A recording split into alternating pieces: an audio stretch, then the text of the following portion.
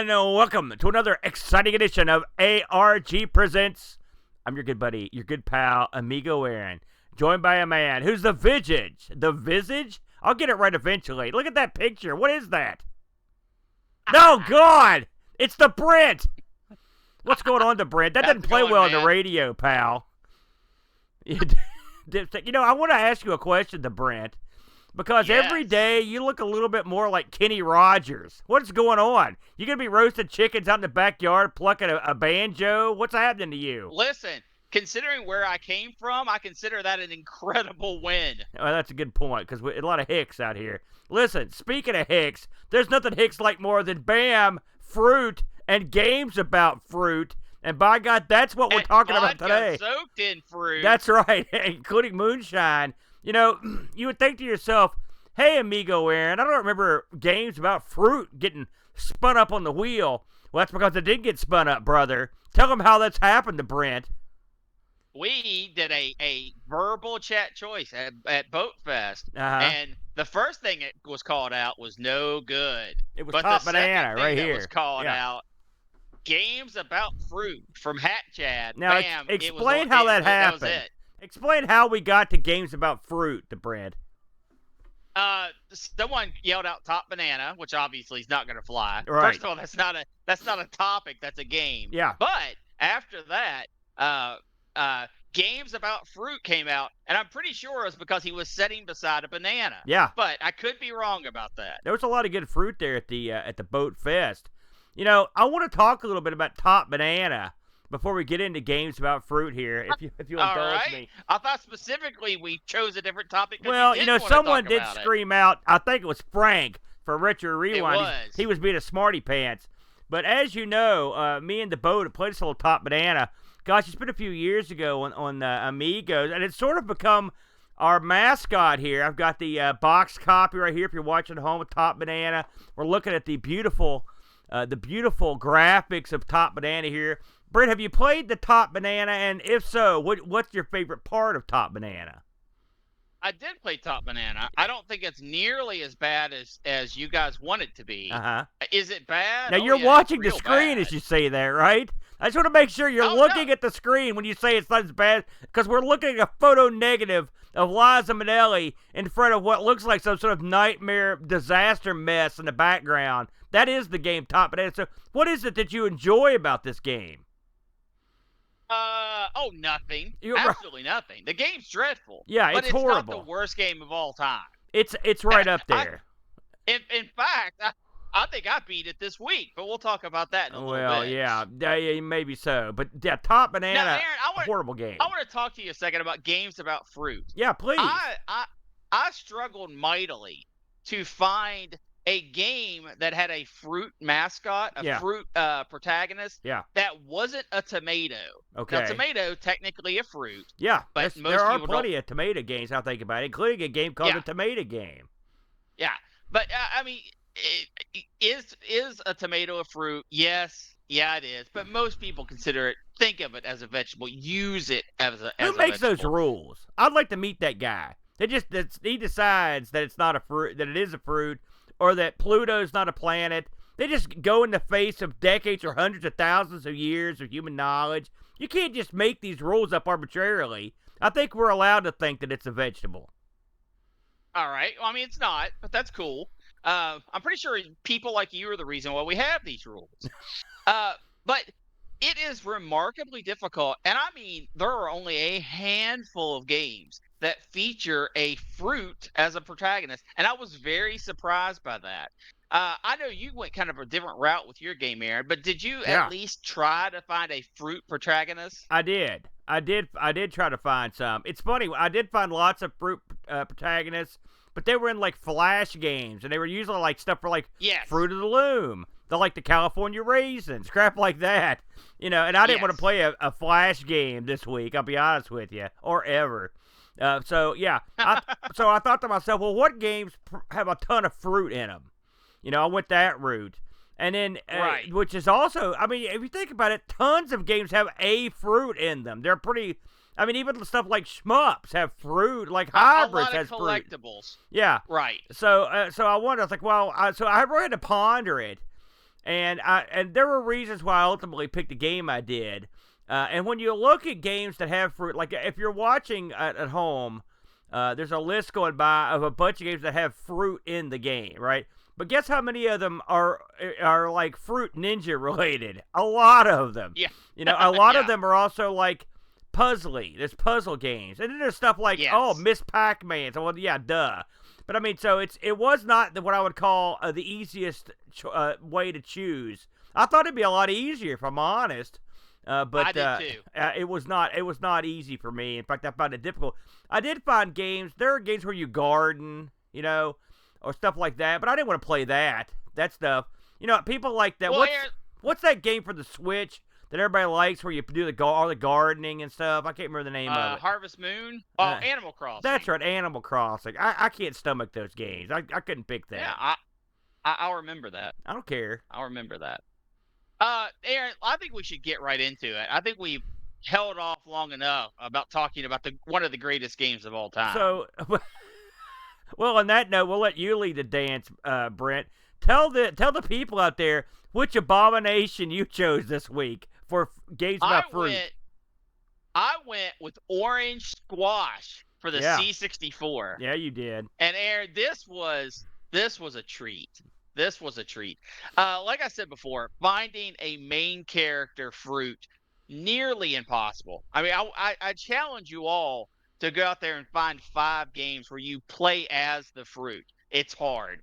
But Orange Squash definitely fills the bill. As you play as an orange, and you are a sentient orange who doesn't want to be turned into orange juice. And you are tasked with navigating the levels to escape the juicing warehouse that you are in. Of course, along your way, you get energy by harvesting the pulp and juice of other fruit, which seems horrible, but there you go. It's every fruit for himself right there. Yeah, that's it.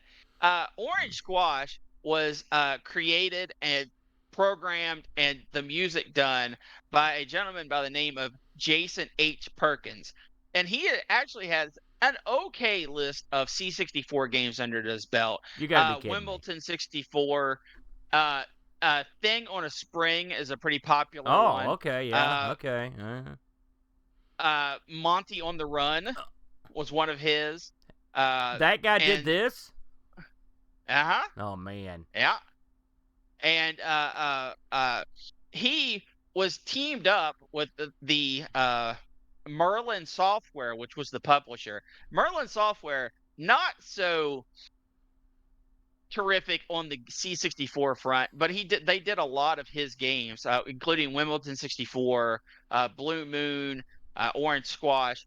They also did a game called Pixie Pete, which is sort of Mr. Do-like and Crazy Caveman, but that is their entire lineup. All those games sound alluring to me. I'm not going to lie. Every one of those. Pixie Pete, what was the Caveman one? That sounds good. Yeah. That sounds like my kind of garbage right there. So I loaded up Orange Squash, and I was like, Orange Squash. The music's not the worst in the world. It's not great, but it's not the worst. And I loaded it up, and I thought, I think this emulator's broken. This isn't running right. Yeah. So I actually switched emulators, went to a different emulator, and I was like, this emulator has the same strange bug as that other emulator. And then I was like, maybe this isn't a bug, and it's not.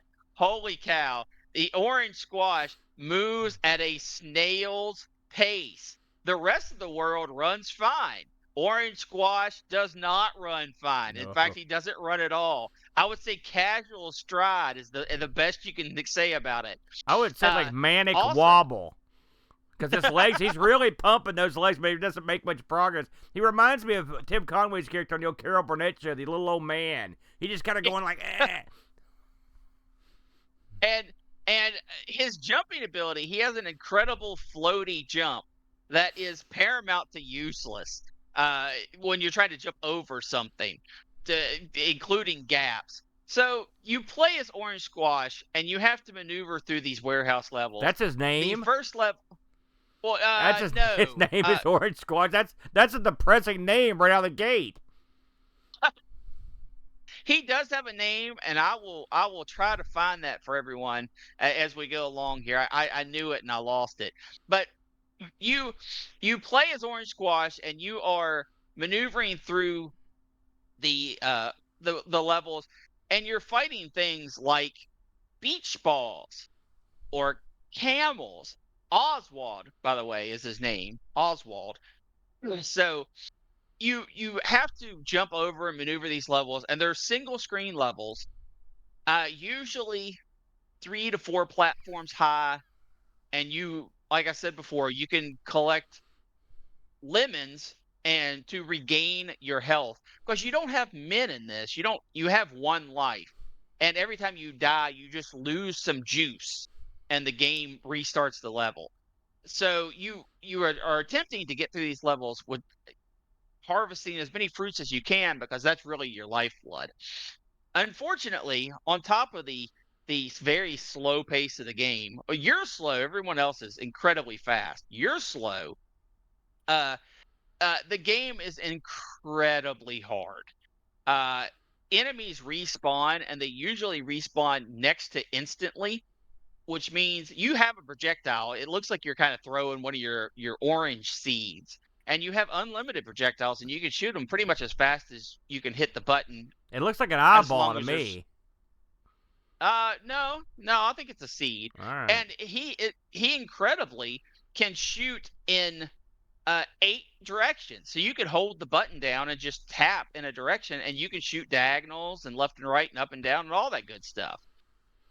Unfortunately, since the enemies respawn near instantly, you will get to where an enemy is on the side of the screen, and you might shoot them 10, 12, 15 times, just inching backwards a little bit each time to make progress.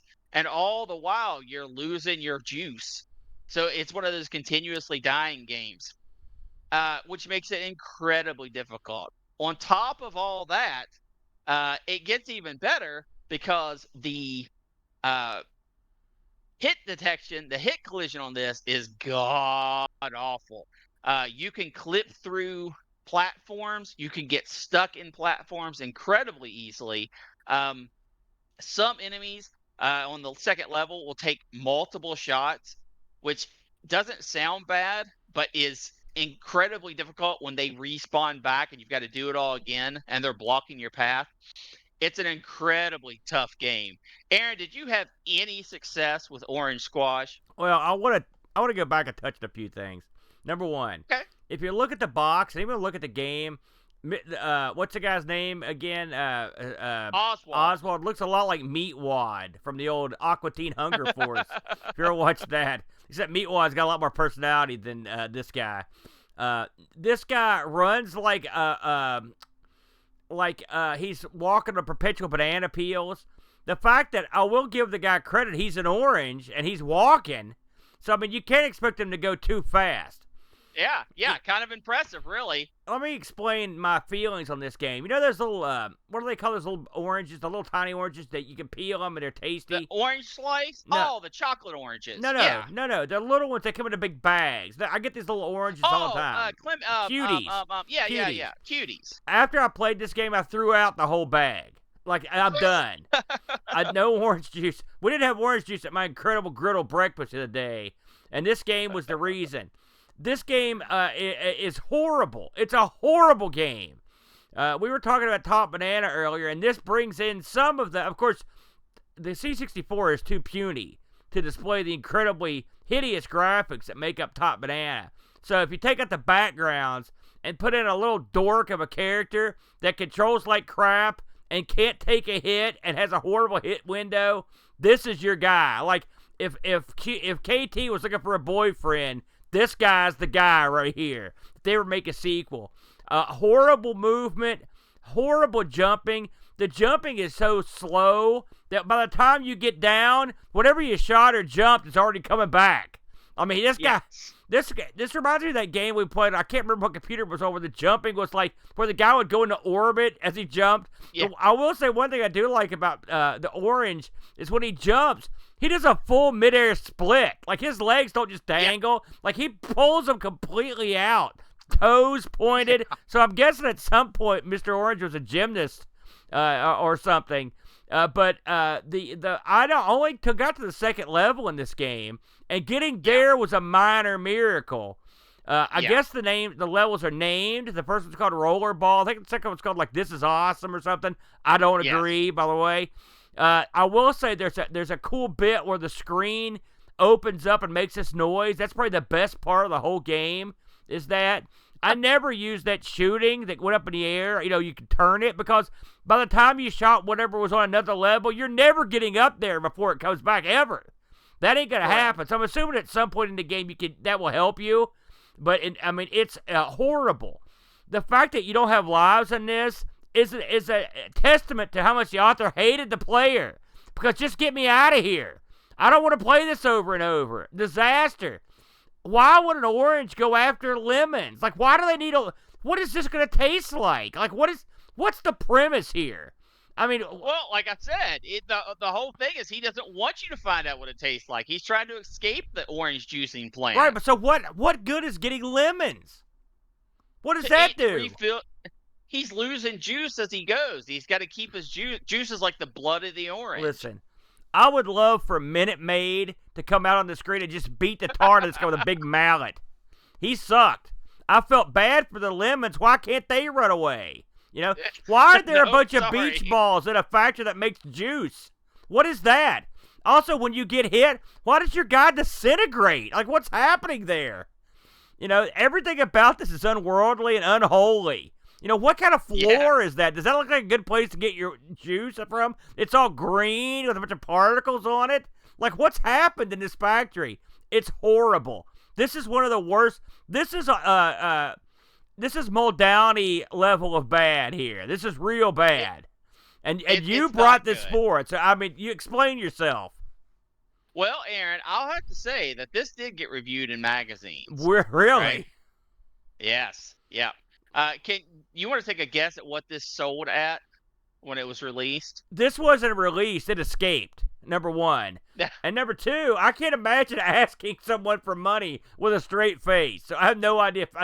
$4. Let's go with $4. This was seven pounds if you wanted the cassette, and £9 if you wanted it on disc. This came on disc?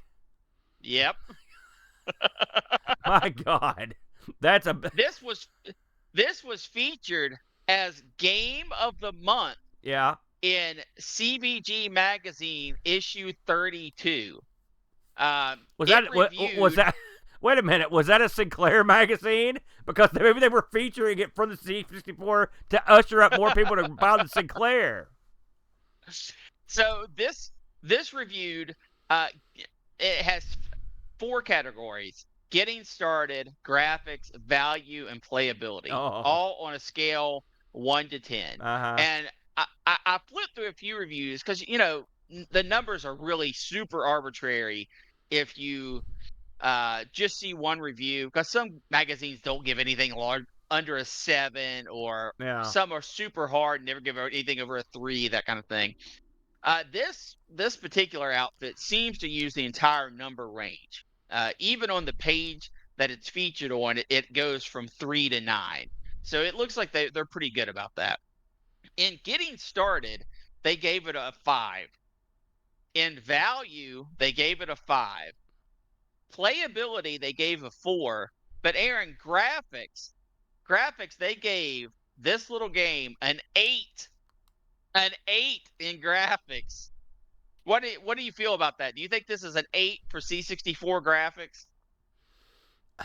Listen, I will say it's less brown than it could be. I guess we could go down that road. But, I mean, this magazine, I question their authenticity or their ability to see, visually. I can't imagine giving this an 8 for anything. 8 the orange, that's about it. Horrible. So, unfortunately, I wasn't able to find this on eBay. I wonder Well, you know why.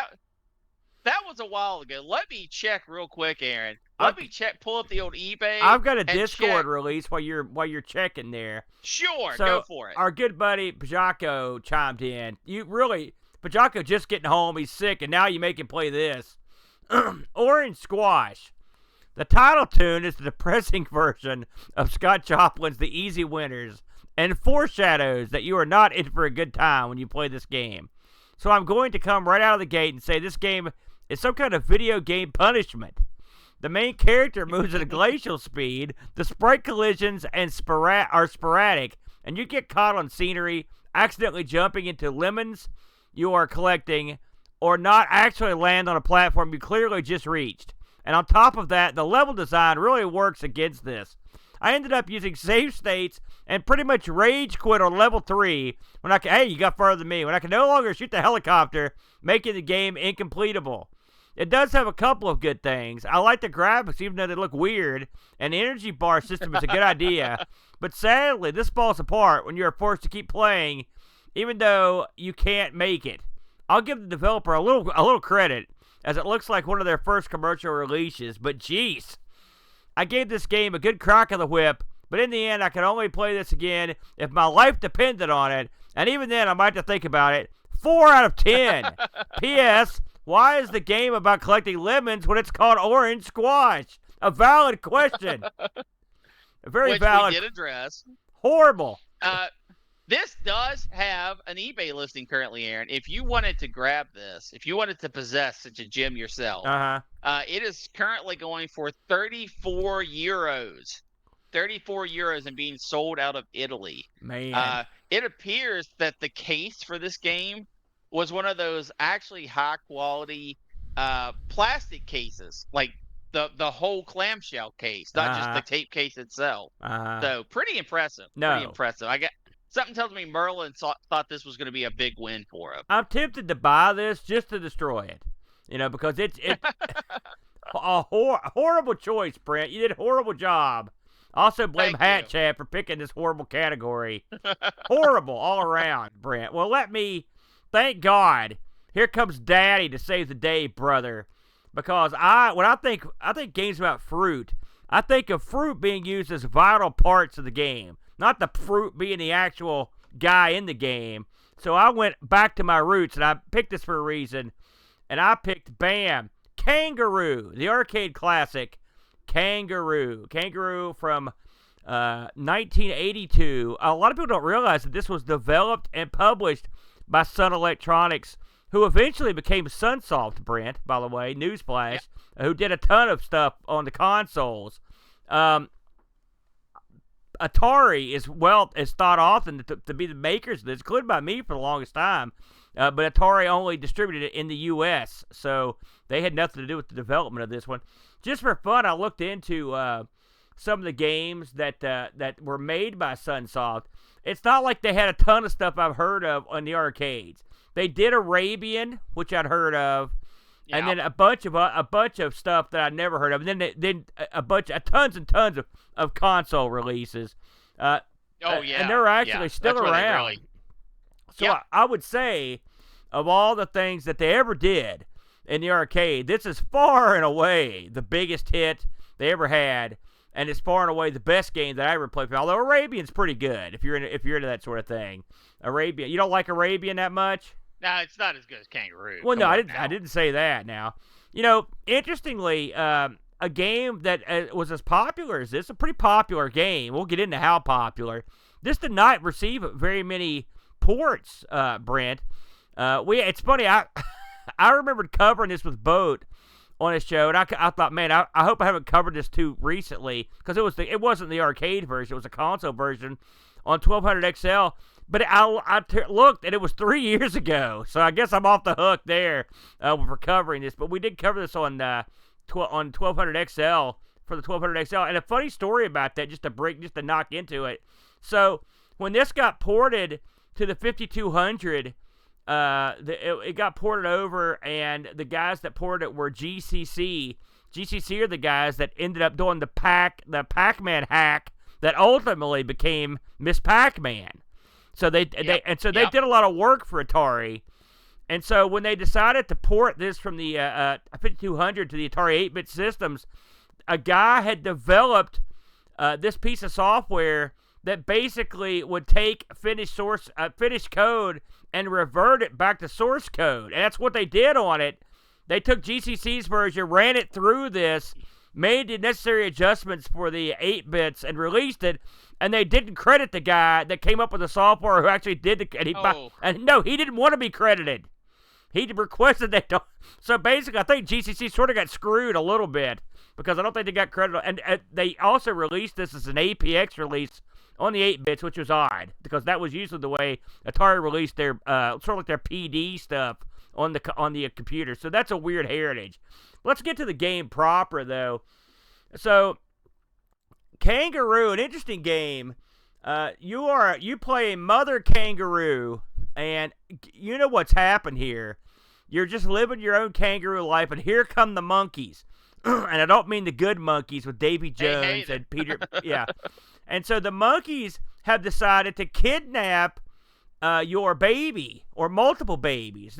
The game opens up with a pretty odd screen where you see 3 levels of babies that are kidnapped and blindfolded. And the mom, 3 different moms tried to rescue them, but one of them dying. I don't know what that. I've never understood the opening of this game. It's very odd. She just falls. Right, but that's trust me, she's not living up to that plummet. So once you start the game, you're on a if you're watching at home, here's the weird part. So once you start the game, it's your task to go up and rescue your blindfolded kid who is in a little house at the top of the screen.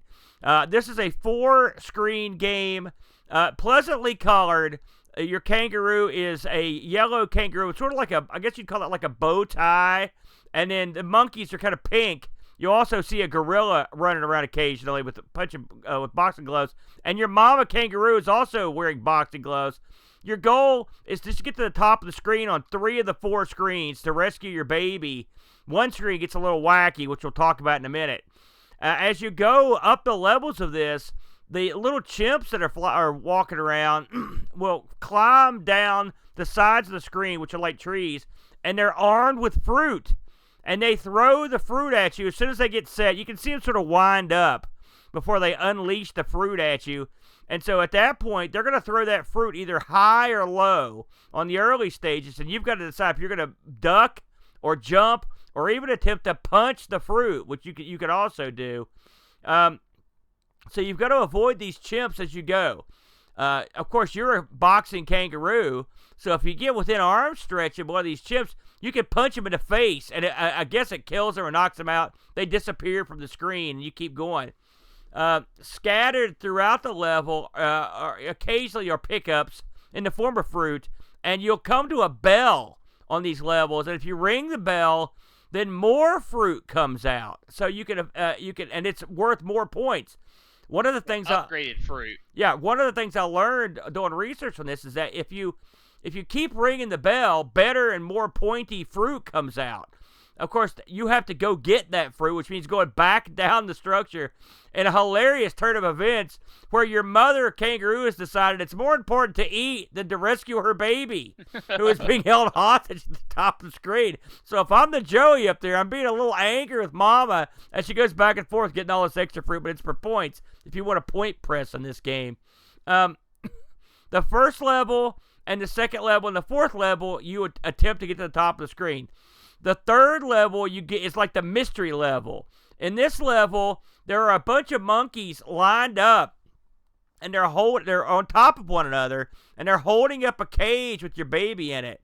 And what you've got to do is you've got to punch the lower monkey, or whatever monkey you can punch, to get that monkey off the stack, so that eventually the cage will come down to the point where you can get your baby.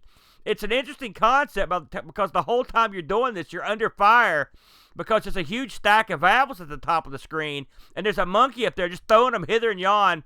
Plus, there's all kinds of other monkeys running around. Plus, there's a big, huge gorilla with boxing gloves that comes out. The funny thing about this boxing glove gorilla is that aside from the fact that it's a gorilla and he's wearing boxing gloves, he also has stretchy arms. He can shoot. He can like almost like Stretch Armstrong. He's got a heck of a reach, this guy, and so he's tough to deal with. Yeah, he can you real good. You can go over and whack him, and it deters him, but you can't. As far as I can tell, you couldn't actually kill him. You can basically knock him to the other side of the screen, but he keeps coming. And you see him more and more as you go through the game. But that third level is the odd level out. The rest of them have you going up and to climb ladders to get to the baby. The game has it's got cute music in it. It's got a theme that starts up. I looked up what the songs are. There's a song called American Patrol that plays during the game. When you get to the baby, you hear "Oh Susanna," little chime, and then when the bell rings, and Boat schooled me in on this, you hear a song called the Westminster Quarters. So that's a little tune you hear. It's like ding, ding, ding, ding. We've all heard it before. If you don't recognize it, that's what that is. Once you go through the game 4 times, the game starts over. It becomes harder. There's a little cutscene after you beat all 4 levels that just shows you punching an apple core that was thrown in by a monkey, and you basically whack the apple core back at the monkey and whack him. I never got that to happen. I just hit the apple core; they just went away. It does. So I'm assuming that you can't ever. I shouldn't show you that if you can't do it. That's kind of lame. This game did very well in the arcades. I couldn't find any official numbers, but I remember seeing this everywhere. And the reason I picked this game is because I played this when I went up to the arcade up in Chicago, the big arcade up there, Galloping Ghost. It's one of the first games I played. And one of the reasons I wanted to try it was I play this game a lot at home, and this game is another unique thing in the arcade where it's got one button, but the button doesn't jump. The button actually punches. And so all the jumping is done with the joystick. Up for jump, diagonals for jump. And for whatever reason, on the home versions of this, on the main versions, when I'm playing this at home with like a gamepad or something, I always have trouble making some of these jumps. And I thought to myself, I want to see how this controls in the real world. And I can tell you something right now. This controls way better in the arcade. Like a much better than it does on like a gamepad. I don't know what it is, but this game was real tight. I had a really good run when I went to the arcade. I played it a couple times, and I like the cabinet on it. The bezel art's real pretty. Like I said, there's monkeys and fruit everywhere. It's a real colorful game. It's fun loving. In some ways, it reminds me a little bit of Pooh Yan. The plot's sort of similar. And so I've always enjoyed this with Brett. I know me and you've played this before. What are your thoughts on the old Kangaroo?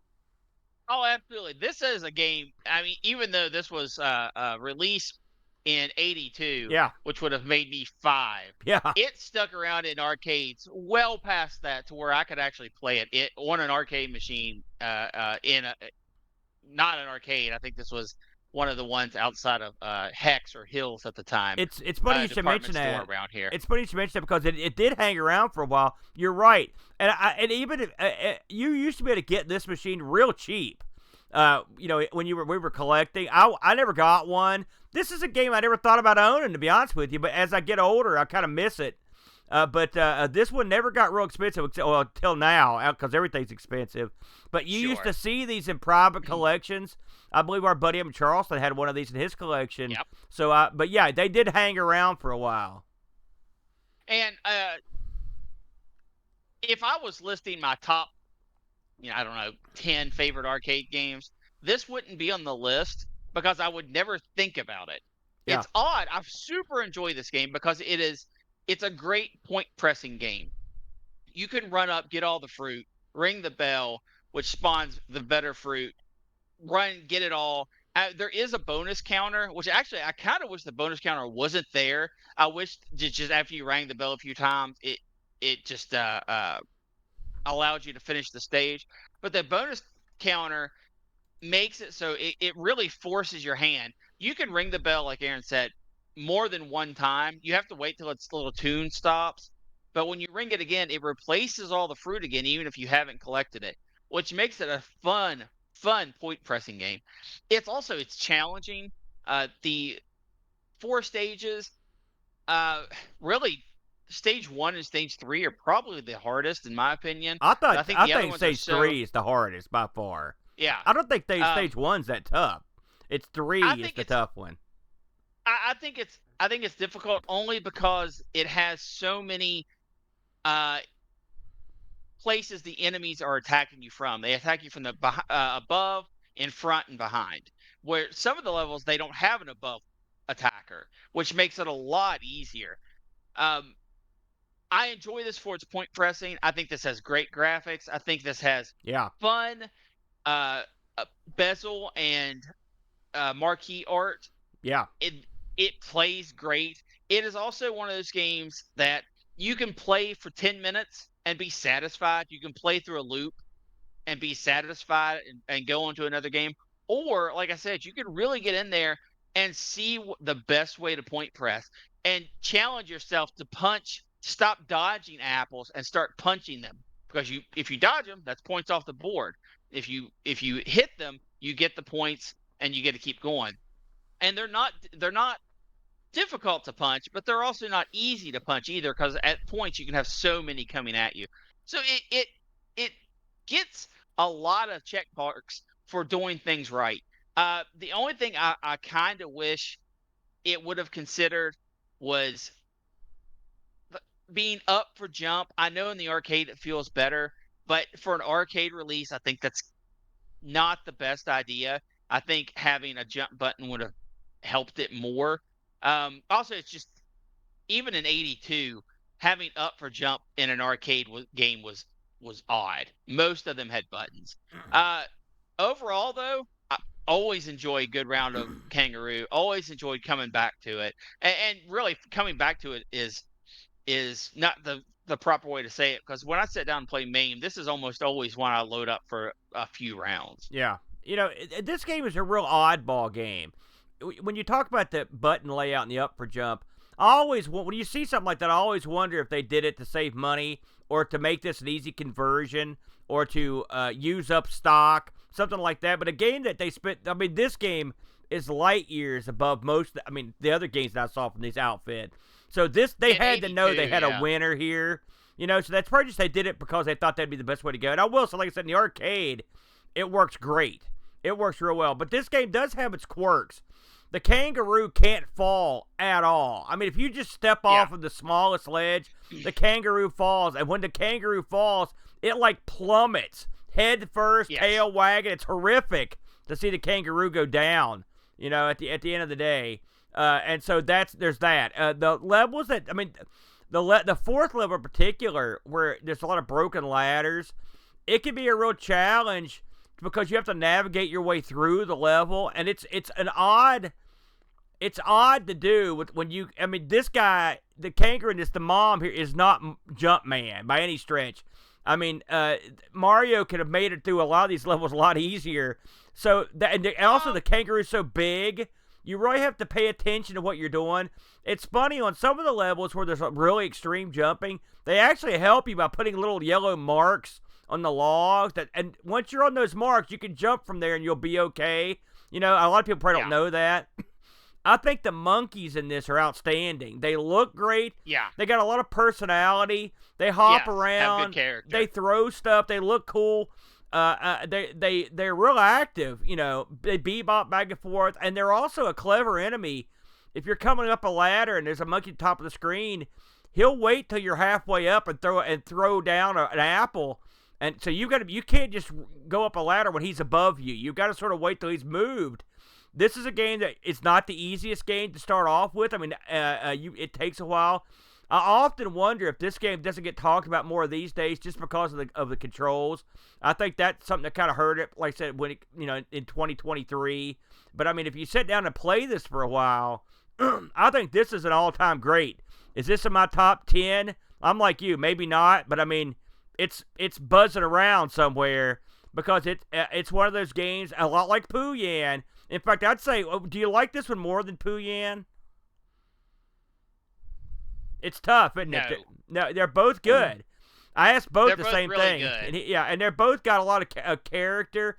This is that glorious age of the arcade where people are just, I mean, think about this crazy game. I don't know if there's any place on Earth outside of zoos where monkeys and kangaroos live in the same habitat. I don't think there is. But I like the idea if someone thought to themselves, someone in Japan thought, man, what if a bunch of kangaroos had their babies stolen by chimps? That would be kind of cool. That's a game. Bam, make it. And they did. There's a lot going on behind the hood in this, and it's one that you can play over and over, and you'll see different stuff every time. I think we're both big fans of this one. Absolutely. I had a look here on the old Discord. Our good buddy Pajako had to go at this one. He writes, I don't get this game. The intro shows a mother kangaroo haplessly falling down a hole as she attempts to reach her young Joey. And then suddenly, a bunch of bleeping monkeys are holding the Joey hostage. For what reason, we'll never know. And it's down to you to ascend to the top level and rescue your offspring, punching monkeys in the face along the way before they can take you out with an apple. An apple! I would make a monkey spanking joke, but I'm too highbrow for that. Did I mention that the monkeys are also pink? Is this inspired by Donkey Kong? Very probably. It is a get to the top and rescue the thing game, but it's different enough to stand on its own 2 feet. The third level is particularly taxing, as you need to punch out a column of monkeys to rescue the Joey, while all heck is only moments away from breaking loose. So that mixes it up a little. I do like this game as it is challenging, but if you can't get the hang of it, but you can't get the hang of it pretty fast. I don't think the graphics are as nice as they could be for 1982, but they're still good, and the audio and everything plays very well. Sprite collision is a little unfair at times, but nothing out of the ordinary. If you've never played this before, give it a whirl. It's pretty neat, 8 out of 10. I think the graphics were really good. I was always impressed with the graphics on this thing. You know, I would agree. If you haven't played Kangaroo, this is one. I'll admit it. I picked this because it's a ringer a little bit, but also it fit the. Yeah, no kidding. It fit the fruit motif. Hey, listen, it has tons. It's got tons of fruit in it, and it used fruit as a weapon. But I mean, I wanted to play this because since I'd played it at Galloping Ghost. If you have an arcade around that has this, trust me, give this a whirl. You'll be a fan. And if you've got an arcade set up at your house, put this on it. I saw some people talking about it compared to Popeye or whatever. This doesn't play. It seems like you think to yourself, hey, it's like a cross between Popeye and Donkey Kong. Donkey Kong gets bantered around a lot when it comes to this game, but I don't find this game plays like Donkey Kong hardly at all. I mean, you're climbing ladders and stuff, but I mean, like I said, it's a lot. In fact, it plays a lot more like Popeye. Right? Yeah, absolutely, Brent. And let's hope that Mama reaches the poor blindfolded Joey, which is also creepy, I might add. Every time I see that, I think of the Iranian hostage crisis. Those guys, it drives me nuts. Because the Joeys are very sad, poor babies. I'm sure she'll get up there before they get damaged. The Brent. Aaron, what if my computer got damaged? My classic C64 or Amiga. What would I do?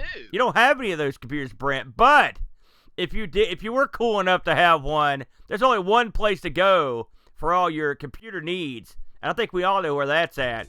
It's at RetroRewind.ca. Hold up your sign to Brent. That's what I thought. RetroRewind.ca. Our good buddy Frank up in the Great White North. What does Frank do up there? Well, as we saw at Boat Fest with our own two eyes, Frank is a repairman of top level. Him and his crack staff, including Jason Warrens, who we saw work like a dog at Boat Fest, will take care of your Commodore computers and your Cocos, your TRS-8 card computers, among a myriad of other things. Do you need full service repairs? Frank will be your hookup, conveniently located in North America. Or if you'd like to do it yourself, Frank can sell you all sorts of diagnostic tools and cap kits to help make the repair easier. If you're looking to upgrade your existing machine, Frank has SD Solutions. He's got the Kung Fu Flash. He's got the SDC for the Coco. He's got Amiga 600 accelerators. Frank has it all. That's RetroRewind.ca. Please, we beseech you, give Frank a shot. What do you got this week to put on the wheel? It's wheel time. We reseated the previous wheel as much as possible. We did have to have a few fill in. But now the wheel is shoulder mounted. Oh, God. So let's see how this goes. We're not getting the sound from your shoulder mounted wheel. I'll make the noise for it. All right, we have a winner there, Brett. What's it say? Looks like award-winning games that suck. That was brought to us by BarkBit. What a great idea. Award-winning games that suck. That sounds awesome. Okay, so that's what we'll be doing next week. Award-winning games that flat out suck. That'll be fun because we have to go look up what awards they won. After hearing the scores that your Orange game got, I have no doubt that there are plenty of games that won awards. Now, are we going to be content with like winning like magazine type awards, or do we want like the Golden Joystick type awards? No, because I think any award that is awarded to at least one other game, that's not the only award that was ever given was to this game. I think that's the only restriction. Very good. So, here we are towards the end of the show, but before we wind it down, we want to talk about two subjects. I want to touch on one real briefly, and we're going to talk about one more.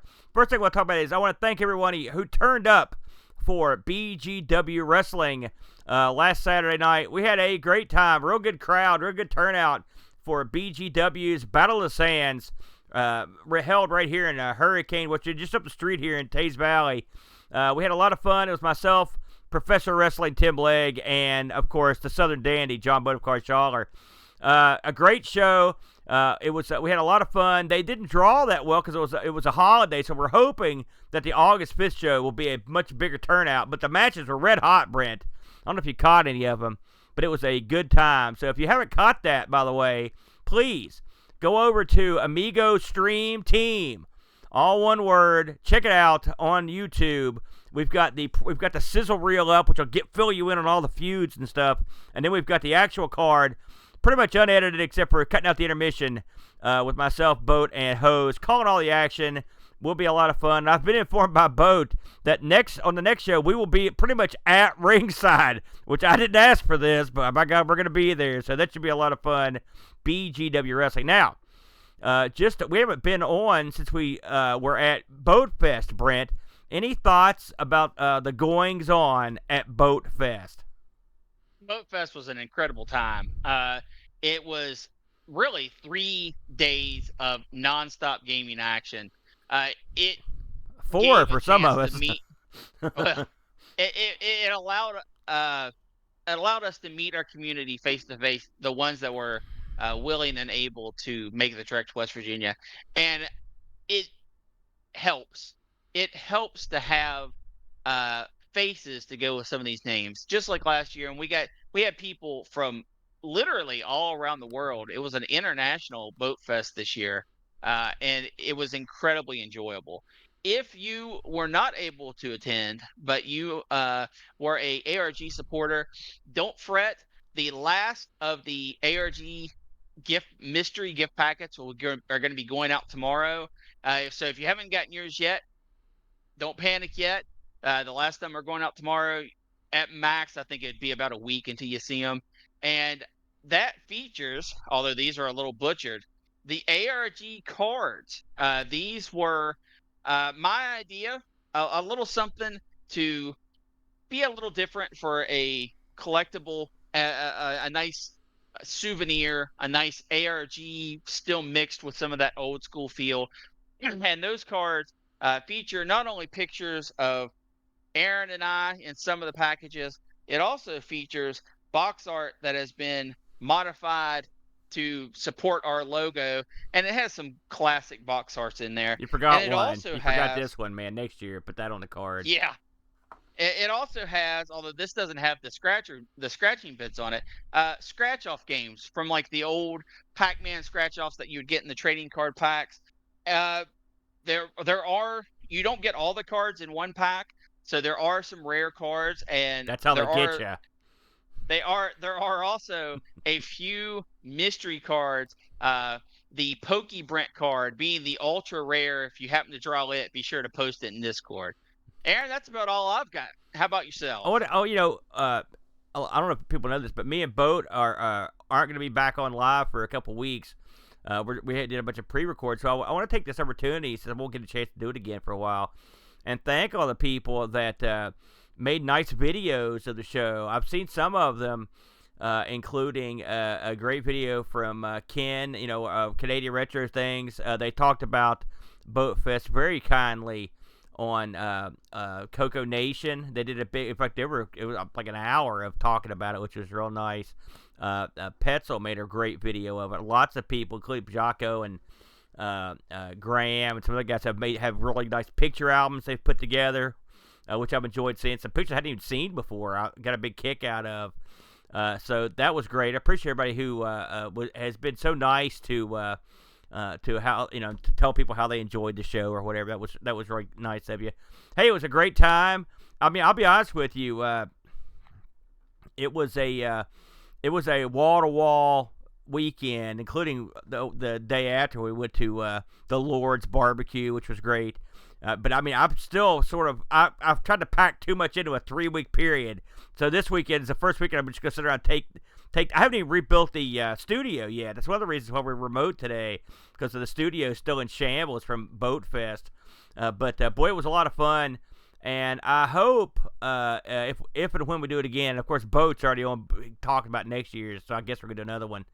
That the folks that enjoyed it, that want to, can come back out, and maybe some folks that didn't get a chance to come this year will come back at the next one. We're not gonna build this thing for the next 8 months. This is the last time we're gonna talk about Boat Fest. Everyone's probably sick of hearing about it, but I would be remiss if I didn't thank everybody. And I also want to thank the fellows who donated items to your auction, Brent, to go to charity.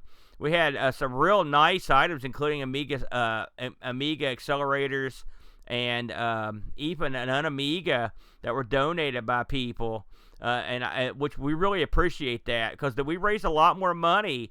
Boat got a real nice email from the folks at the charity. They're like, "Wow, this is great." This was real nice. And so we want to make sure that we single those people out who kicked in to give that money to go to the auction. I kind of like the idea of mixing in some auction items that were for charity along with the other stuff. The auction, well, by the way, if you are interested in seeing the auction, if you weren't there, we just posted, I think, today on the Amigos main channel on YouTube. So the auction is up there pretty much in its entirety. And for those that were asking, the interviews have all been, I did the best I could, and I've got them all cut up and labeled, and they are already made a video of. I don't know when they're going to be coming up, but they'll be in the next couple weeks. And the interviews I did, Britt, took over 2 hours. That's edited. And we had almost all of them turned out well. The only ones that really had problems were Ken and Curtis. We had some microphone issues with them, but otherwise it went pretty well. So those will be coming up. But yeah, thanks again, everybody, for all the Boat Fest stuff and for coming around. It was great. I had a lot of fun. Now, Brent, I'm ready to get back into the ARG gravy train, brother. Get back into it. Oh, one more thing, because I promised it. September, I don't know the date yet, there will be an International Computer Club. I'm going to put it on the calendar as soon as I settle on a date, Brent. I expect you to come to this one and even have a demonstration of some sort. Sure. Yeah, right. That's all we got. Anything else, Brent, before we take that house? Nope. All right. Until next week, have a banana and don't have any oranges. That's for damn sure. Good, everybody.